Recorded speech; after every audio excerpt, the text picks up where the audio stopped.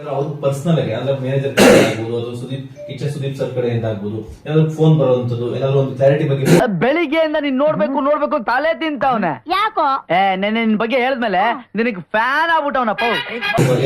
ಏನು ಇಲ್ಲ ಅವ್ರ ತಲೆನೇ ಕೆಡ್ಸ್ಕೊಂಡಿಲ್ಲ. ಇವ್ರಿಗೂ ಯಾಕೆ ಎಲ್ಲ ಕೆತ್ಕಿ ಇದ್ ಮಾಡ್ತಾ ಇದ್ರು ಅಂತ ಇವ್ರಿಗೆ ಬೈದಿರ್ತಾರೆ. ನನಗೆ ಯಾವ ಫೋನು ಬಂದಿಲ್ಲ, ಏನು ಇಲ್ಲ. ನಾವು ಆರಾಮಾಗಿದ್ದೀವಿ. ಸುದೀಪ್ ಸರ್ ನಾವು ಚೆನ್ನಾಗೇ ಇದ್ವಿ. ಇದು ನಂಬಕ್ಕೆ ಆಗ್ತಿಲ್ವೇ? ಈ ಇನ್ಸಿಡೆಂಟ್ ಆದ್ಮೇಲೆ ಏನಾದ್ರು ಮಾತುಕತೆ ಆಗಿತ್ತಾ? ನಾರ್ಮಲ್ ಏನಾದ್ರು ವಿಚಾರಿಸುವಂತದ್ದು ಆತರ? ಇಲ್ಲ, ಏನು ಇಲ್ಲ. ಕಾಲ್ ನನ್ಗೆ ಯಾವ್ದು ಬಂದಿಲ್ಲ. ಬರೀ ಇವ್ರದ್ ಮಾತ್ರ ಆವಾಜ್ ಹಾಕಕ್ಕೆ ಎದುರ್ಸಕ್ಕೆ ವಿನಯ್ ಗೌಡ ಅವ್ರದ್ದು, ರಜತ್ ಅವ್ರದ್ದು ಬರ್ತಾನೆ ಇತ್ತು. ಅದನ್ನ ರಿಸೀವ್ ಮಾಡಿರೋದಿಲ್ಲ. ಅಲ್ಲಿ ಈಗ ಹೇಳಿದ್ರಲ್ಲ ಅದನ್ನ ಇನ್ನೊಂದ್ಸಲಿ ಹೇಳ್ತೀರಾ ಪ್ಲೀಸ್? ನನಗೋಸ್ಕರ ಬರ್ತಾನೆ ಇತ್ತು, ಅದನ್ನ ರಿಸೀವ್ ಮಾಡಿರೋದಿಲ್ಲ.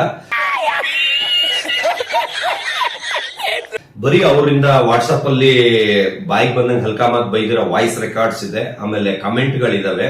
ಅದ್ ಬಿಟ್ಟು ನನ್ನ ಇನ್ಸ್ಟಾಗ್ರಾಮ್ ಅಲ್ಲಿ ಬ್ಯಾಡ್ ಕಮೆಂಟ್ಸ್ ಗಳು ತುಂಬಾ ಕೆಟ್ಟದಾಗಿ ಕೊಲೆ ಮಾಡ್ಬಿಡ್ತೀನಿ, ಆರ್ಟ್ ಎಲ್ಲ ಕಿತ್ತಿ ಕೈಮಾ ಮಾಡ್ಬಿಡ್ತೀನಿ, ನೆಲ ತೆಗೆದು ಊತ್ ಬಿಡ್ತೀನಿ, ಹಂಗ್ ಮಾಡ್ಬಿಡ್ತೀನಿ, ಹಿಂಗ್ ಮಾಡ್ಬಿಡ್ತೀನಿ, ತುಂಬಾ ಕೆಟ್ಟ ಪದ ಎಲ್ಲ ಯೂಸ್ ಮಾಡಿ ತುಂಬಾ ಕಡೆ ಸೋಷಿಯಲ್ ಮೀಡಿಯಲ್ಲಿ ಎಲ್ಲ ಇದು ಮಾಡಿದ್ದಾರೆ.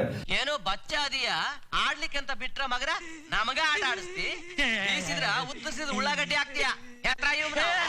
ಆಧಾರದ ಮೇಲೆ ನಿನ್ನೆ ಅಲ್ಲ ಮೊನ್ನೆ ರಾತ್ರಿ ವಿನಯ್ ಗೌಡ ಮೇಲೆ ಸಪರೇಟ್ FIR ಹಾಕಿದೀನಿ. ಈಗ ನನಗೆ ಗೊತ್ತಾಯ್ತು ಪೊಲೀಸ್ನವ್ರ ಮುಖ ಯಾಕೆ ಯಾವಾಗ್ಲೂ ಎಣ್ಣೆ ಹೊಡೆದಂಗ್ ಇರುತ್ತೆ ಅಂತ. ಇಂತ ಕಿತ್ತೋದ್ ನನ್ ಮಕ್ಳು ಒಬ್ಬ ಬಂದ್ರೆ ಸಾಕಲ್ಲ. ಇನ್ಸ್ಪೆಕ್ಟರ್ ಸಾರು ಅದೇ ಹೇಳಿದ್ರು, ಆ ವಾರನ ಬೇಕಾದ್ರೆ ನಿಲ್ಲಿಸ್ಬಿಡ್ಬೋದು, ನಿಮ್ಮಿಬ್ರು ವಾರ ನಿಲ್ಸಕ್ ಆಗ್ತಾ ಇಲ್ಲ ಅಂತ. ನಾವೇನ್ ಇಲ್ಲಿ ಕಿತ್ತೋದ್ ನನ್ ಮಕ್ಳು ಮಾಡಕ್ ಏನು ಕೆಲಸ ಇಲ್ಲದೆ ಕೇರ್ಕೊಂಡ್ ಕೂತಿದೀವಿ ಅನ್ಕೊಂಡಿದ್ಯಾ? ಏನಂದ್ರೆ ನಂಗೆ ರಜತ್ತು ಪರಿಚಯನೇ ಇರೋದಿಲ್ಲ. ಇದ್ದಕ್ಕಿದಂಗೆ ಕಾಲ್ ಬರುತ್ತೆ. ಆದ್ರೆ ಅವ್ರ ನಂಬರ್ ಯಾರೋ ಕೊಟ್ಟಿರ್ತಾರೆ, ಸೇವ್ ಮಾಡಿ ಇಟ್ಕೊಂಡಿರ್ತೀನಿ. ಒಂದ್ ದಿವಸಕ್ಕೂ ಕಾಲ್ ಮಾಡಿ ಮಾತಾಡಿ ಪರಿಚಯನೇ ಇರೋದಿಲ್ಲ.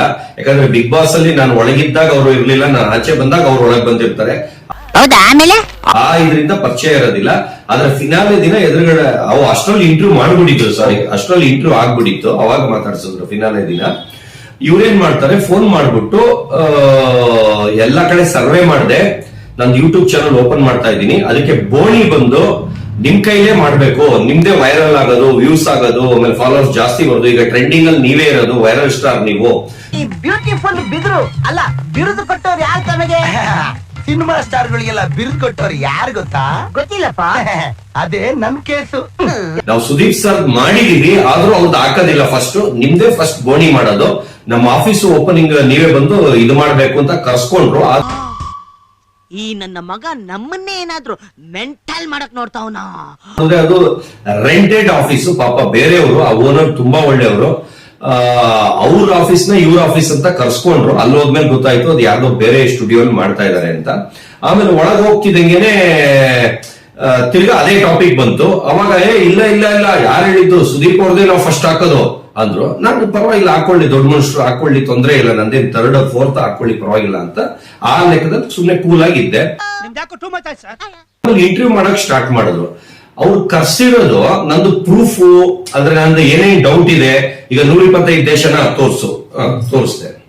ನಾನು ಹೇಳ್ತಾ ಇದ್ದೀನಿ, ಸರ್ ಒಂದು ಬಿಡದಂಗೆ ಹಂಗೆ ಹಾಕ್ಬೇಕು, ಝೂಮ್ ಮಾಡಿ ಅಂತ ಕ್ಯಾಮ್ರಾಗೂ ತಗೊಂಡ್ ಹೋಗ್ಬಿಟ್ಟು ಮೊಬೈಲ್ ಅಲ್ಲಿ ಒಂದೊಂದಕ್ಕೂ ಪ್ರೂಫ್. ಹೌದಾ? ಅಂದ್ರೆ ಪಾಕಿಸ್ತಾನ ತೋರಿಸೋದು, ಪಾಕಿಸ್ತಾನಕ್ಕೆ 4 ಚಾನಲ್ ಪಾಕಿಸ್ತಾನದಲ್ಲಿ ನಂದು ಇಂಟರ್ವ್ಯೂ ಬಂದಿರೋದನ್ನ ತೋರಿಸ್ತೆ, ಅದು ಪ್ರೂಫ್. ಹೌದಾ? ಹೌದು ಸರ್. ಬಹಳ ವಿಚಿತ್ರವಾಗಿದೆಯೇ? ವಿಚಿತ್ರ ಆದ್ರೆ ನಿಮ್ಮಾಣೆಗೂ ನಿಜ ನಿಜ ನಿಜ. ಆತರ ಏನೇನ್ ಡೌಟ್ ಕೇಳ್ತಾರೆ ಎಲ್ಲದಕ್ಕೂ ಪ್ರೂಫ್ ತೋರಿಸ್ದೆ.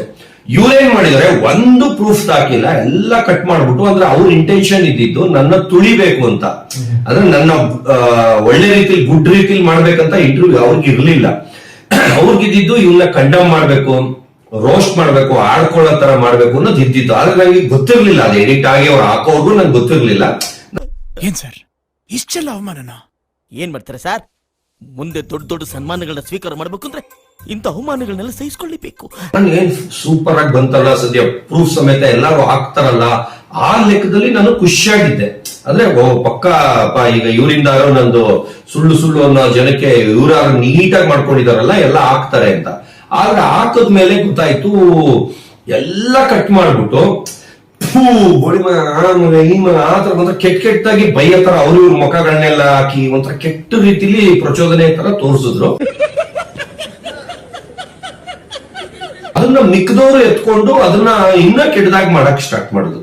ಅದಕ್ಕೂ ಸುಮ್ಮನಿದ್ದೆ, ಏನೋ ಆಗಿದ್ದಾಯ್ತು ಹೋಗಿದ್ದೋಯ್ತು ಅಂತ ಅದಕ್ಕೂ ನಾನು ಏನು ಮಾತಾಡಿಲ್ಲ.